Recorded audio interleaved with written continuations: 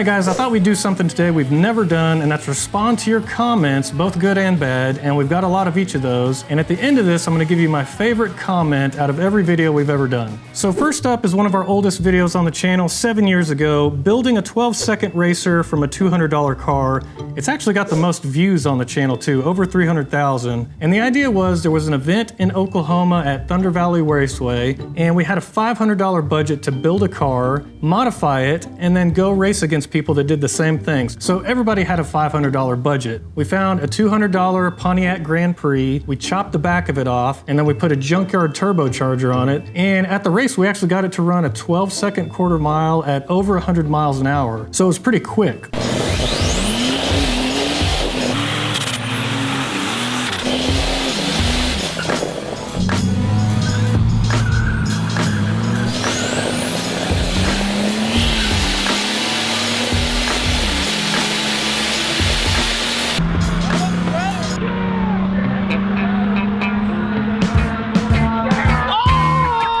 Now, Matthew Martinez, 7 years ago, says, better than anything on Discovery right now. 7 people like that. Someone else said, awesome. This is way better than a lot of stuff that the Discovery Channel and similar productions pick up. I disagree. I just went and tried to rewatch some of that video just now, and the way I narrated it, I talked so slow, it's like I got a lobotomy or something. Average of all 5 runs is your final... Cut that part.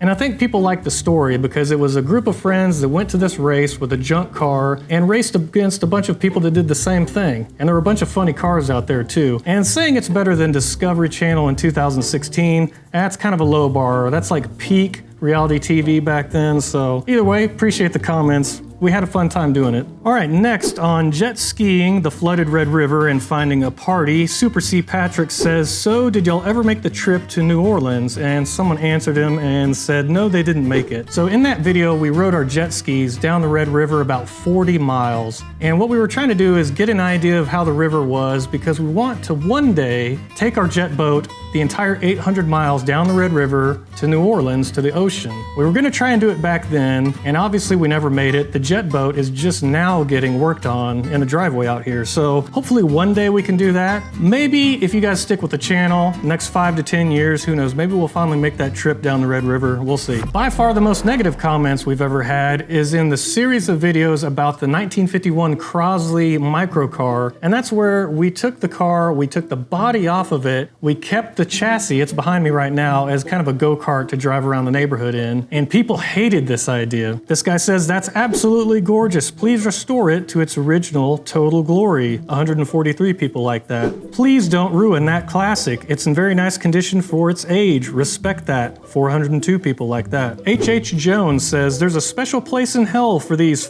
nuts that destroy classic cars. Imagine being fully functional for over 70 years and some random bloke just decides to rip you apart and turn you into a go-kart. And the best one, I never thought I'd run across the worst mechanic on YouTube. Turns out it was you. And this is a pro comment because he's even got the full space in between, so you've got to do the full stop. I think this should be a t-shirt one day, it's pretty good. After I read all of these, I tried to defend myself in the next videos, and then the more I thought about it, I realized that thousands of people were coming to the comments to defend this little bitty car, and that made me kind of happy because this is kind of a throwaway culture now. People don't restore things as much as they used to. You guys keep doing what you're doing. Defend the old cars, keep them out of the junkyards, keep people from tearing them up. It's not gonna change the plan on the Crosley though. Colin Blick says, double the clutch. Oh, I forgot you don't how to drive an old motor. Another comment, double clutch please. Dude, I almost had you. You almost had me? You never had me. You never had your car. Granny shifting, not double clutching like you should. Okay, this is a fair criticism because in that video, we were trying to get the buggy to go as fast as it could go, and I was shifting way too fast between gears, grinding them. Let's see what this thing will do. I'm quick shifting even though it's grinding. It'll be all right. There's 3,000, 3,500. Woo!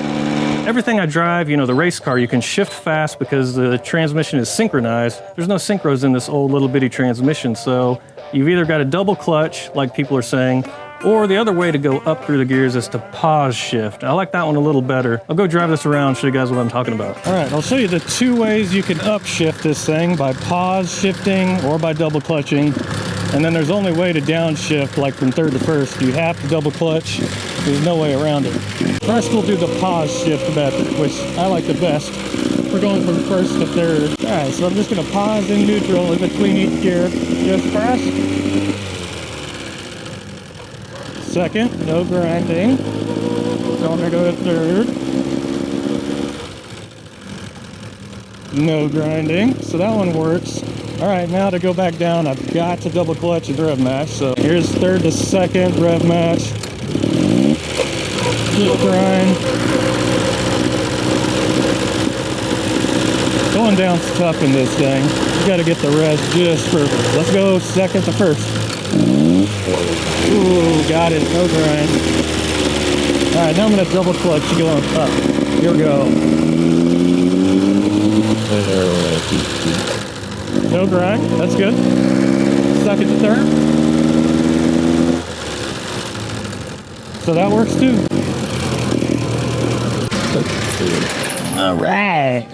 Okay, hopefully that was a little better. It still takes me a while to get used to shifting so slow between the gears, whether you're double clutching or not. I'm just used to bang shifting the race car. All right, on the houseboat, Lot Clear says, the video indicates neighbors. It's immoral and unethical and quite possibly illegal to subject your neighbors to the lead paint dust you are creating. Lead is a neurotoxin in microgram amounts, particularly dangerous to children. All right, I've got a lead testing kit here for testing paint. See if you've got lead paint in your house. This is just normal white vinegar. So here, I'll test this aluminum table. And if it turns red, you've got lead. So I would not expect that to turn red, and it's not. Here's a piece of lead, like for wrapping around your fishing lures and lines. All right, instantly red, which we would expect because this is lead. So from what I've read, they outlawed lead paint in 1978, and so the original Enigma is a 1976.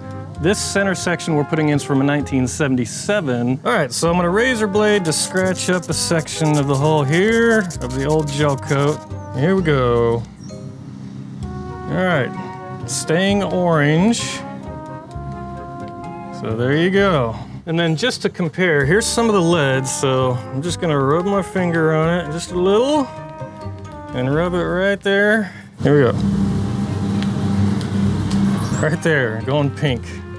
So I'm happy, no lead. All right, I've tested like 10 sections around the hull. There's no lead paint in any of the houseboat, and even the old jetboat is in the clear. And then I tested the Crosley too, because it's a 1951. No lead in that. It looks like it's been repainted before, so that makes sense. John B. Thompson says, after living in France for 25 years, I really think Americans care way too much about what their neighbors are doing on their own property. It's horrible, actually. Thank you to the Frenchmen for coming to defend me sanding the houseboat in my yard. Superstitious Fishes says, cutting this boat apart is truly one of the dumbest ideas I've ever heard of, and I'll be here for every minute of it. Appreciate it. He's always commenting on our videos, so we appreciate you, man. Same thing with a bunch of you. There's like 10 people out there that pretty much comment on every video. A lot of them are sarcastic, which is great. We love that. Some like Freezy a bit, KT7A. He's always got good ideas for us to try out. Addison Takax says, this is gonna be a big YouTube channel one day. Maybe, man, we'll see. Appreciate it. Nacho Mama Band's always commenting about the houseboat. He says, hey Kyle, when are you going to do more Enigma videos? We're gonna have a naval architect look at my plans, look at the ideas for connecting the pieces of boat together, and validate that my fiberglass layup and my scarfing ideas are actually gonna work. So stay tuned on a video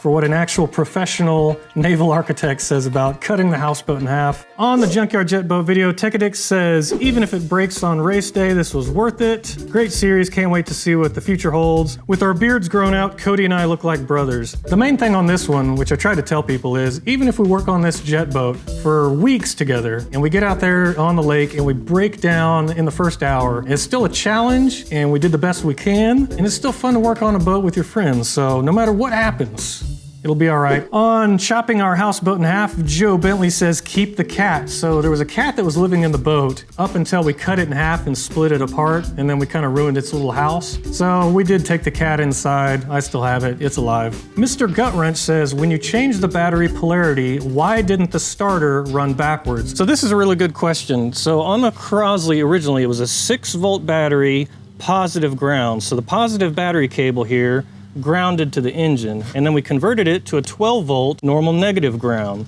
We didn't have to do anything to the starter. It should turn clockwise. Let's see. All right, turns clockwise. Now, real quick, I'll swap the battery cables around. All right, so now the positive cable is grounding to the engine. Should go the same direction. And it does.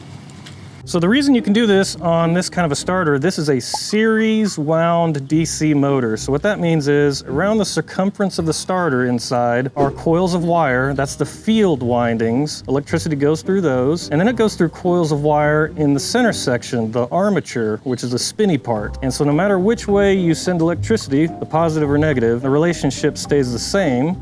So the motor always spins the same direction. Now, a lot of modern starters, if you flip the polarity, the starter will spin the opposite direction. So here is the new starter for the jetboat. We hit the positive on the post here. It should spin clockwise.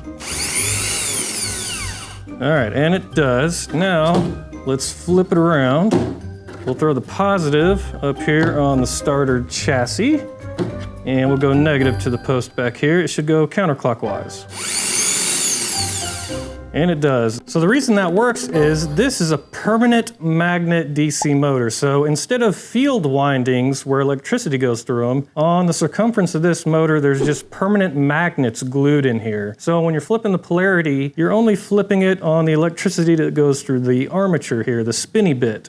And when you do that, the magnetic poles are reversed, so it'll spin the opposite direction. On working on the budget boat, a ton of people commented about the plasma cutter. William Wright says, budget boat plasma cutter? I'm not sure if you know what budget means. Don't spend $20 to $30 a piece for bezels when you can use a $100,000 machine to do the job. So the deal with the plasma cutter is, I got it cheap. I got the friend discount. I bought it from Brandon for about $900. The power circuit in the control board was messed up. So we bypassed all that, run it right off a battery, and then one of the servos was messed up, so I had to replace that. But if you get on eBay and look on Craigslist, you can get yourself a CNC plasma for somewhere in the $1,000 to $2,000 range. So it's not $100,000 like people think. You know, they're coming way down in price. Someone asks, is JT an actor? Pretty sure I've seen him in like Game of Thrones or something. I do remember the red-haired guy that liked the really tall girl, the sword fighter.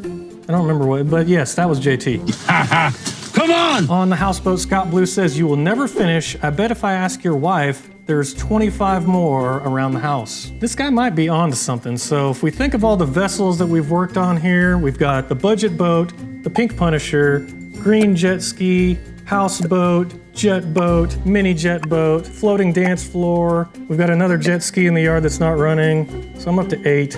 We're not quite to 25. Maybe we should start making things run instead of keeping them broken, I guess. This guy says, off topic, close your eyes when he speaks and he kind of sounds like Hank Hill. I'll tell you what. Man, Hank from King of the Hill is looking pretty good for his age. Another guy sounds like Hank Hill. I don't know what these guys are talking about. King of the Hill, though, that was an old cartoon from back in the day. It was about a man just trying to sell propane and propane accessories.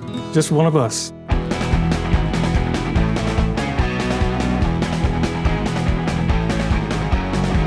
On the video where I tried to cool the houseboat down because it was so hot last summer, Mango Man Adventures says, I agree. On the video of me trying to fix the budget boat engine after it spun a rod bearing, Flamboy T says, you are a idiot. I think you mean an idiot, sir. And you are correct. Harding M says, don't take this thing out and force someone to rescue you. This is a bad take because it scares people from fixing up an old boat and going out. It's okay if you break down out on the lake. A lot of lakes have tow services. You can also flag someone down. It's not a big deal for someone to hook a line up and tow you back to the dock. It happens all the time. The budget boat actually paid its dues 10 years ago. It used to run just fine before it rotted away in a field. I've got video even of us rescuing a boat.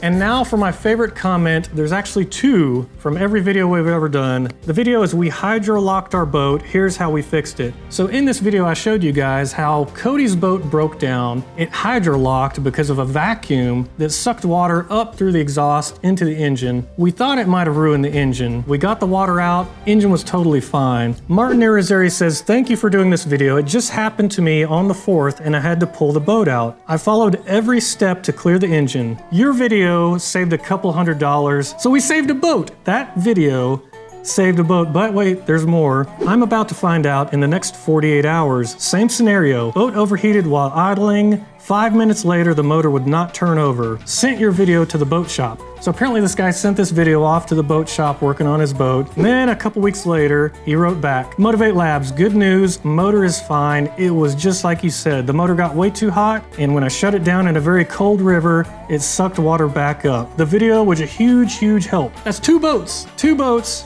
That old video saved. And I know we goof around a lot on the channel, but sometimes we can do things where people might learn something from it. And sometimes we do things wrong and people can learn from that as well. So y'all keep commenting with your questions and ideas and we'll answer them as often as we can. And if they're sarcastic enough, we'll read it the next time we do one of these. So appreciate you guys watching as always. We'll see y'all next time.